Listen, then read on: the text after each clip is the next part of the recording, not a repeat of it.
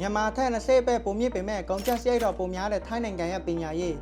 အခုနောက်ပိုင်းအခြေအနေမျိုးမျိုးကြောင့်ကိုယ့်ရဲ့သားသမီးတွေကိုထိုင်းမှာကြောင်းသက်ထားဖို့စီစဉ်နေတဲ့မိဘတွေကလည်းတော်တော်လေးများလာခဲ့ပါတယ်။ဒီလိုမျိုးငွေကောင်းချေးကြအများကြီးခံပြီးတော့ကြောင်းတော်မထားခင်တီးထားတဲ့အချက်လေးချက်ကိုလည်းပြောပြပေးချင်ပါတယ်။အဲ့ဒါကတော့ထိုင်းနိုင်ငံကပညာရေးကန်တာမှာတကဘာလုံးနဲ့ရှင်ရဲ့စစ်တရားခုနှစ်မှာရှိနေပြီးအိန္ဒိချင်းမြန်မာနိုင်ငံကတော့စစ်တရား9မှာရှိနေတာကြောင့်20ပဲကွာလဲဆိုတဲ့ကြောင်းလေးပါပဲ။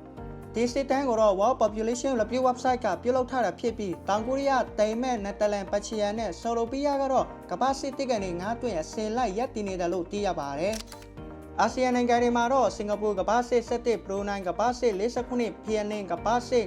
53အင်ဒိုနီးရှားကမ္ဘာစစ်69ဖိလစ်ပင်ကမ္ဘာစစ်97မလေးရှားကမ္ဘာစစ်89လာအိုကမ္ဘာစစ်102ထိုင်းကမ္ဘာစစ်109မြန်မာကမ္ဘာစစ်109နဲ့ကမ်ဘောဒီးယားကမ္ဘာစစ်120တို့ဆိုပြီးအတီးတီးရပ်တည်နေကြပါတယ်။ဒီစစ်တမ်းတော့တုံးပြထားတဲ့ချက်လက်တွေကအခြေအနေကြောင်းကွာဟမှုတွေတော့ရှိနိုင်ပါသေးတယ်။ဒီစစ်တမ်းမှာတော့နိုင်ငံပေါင်း200ကျော်ကပညာရေးတွဲရလက်တွေကိုဖော်ပြထားတာဖြစ်ပြီးနိုင်ငံရဲ့ပညာရေးစီးပွားရေးလူမှုရေးကြောင့်အစစ်တမ်းတွေကကွာခြားနိုင်တာကိုထောက်ပြပေးထားပါတယ်။ဒါကြောင့်ပဲတိုးတက်ဆဲနိုင်ငံတွေကတော့မဖို့ပြောတဲ့နိုင်ငံတွေထက်ပညာရေးပိုကောင်းတယ်လို့ဖို့ပြောပြီးနိုင်ငံတွေကတော့ပညာရေးအကောင်းဆုံးလို့ဆိုထားတာပဲဖြစ်ပါတယ်။အခုကြည့်နေကြတဲ့မိတ်ဆွေကြီးတို့လည်းကိုသားသမီးပညာရေးအတွက်နိုင်ငံခြားမှာကြောင်းထားမယ်ဆိုရင်ဒေချာလေးလာပြီးမှဆုံးဖြတ်ကြဖို့တိုက်တွန်းလိုက်ရပါတယ်ခင်ဗျာ။နောက်ဝီယိုကြမှာပြန်ဆောင်ကြပါမယ်။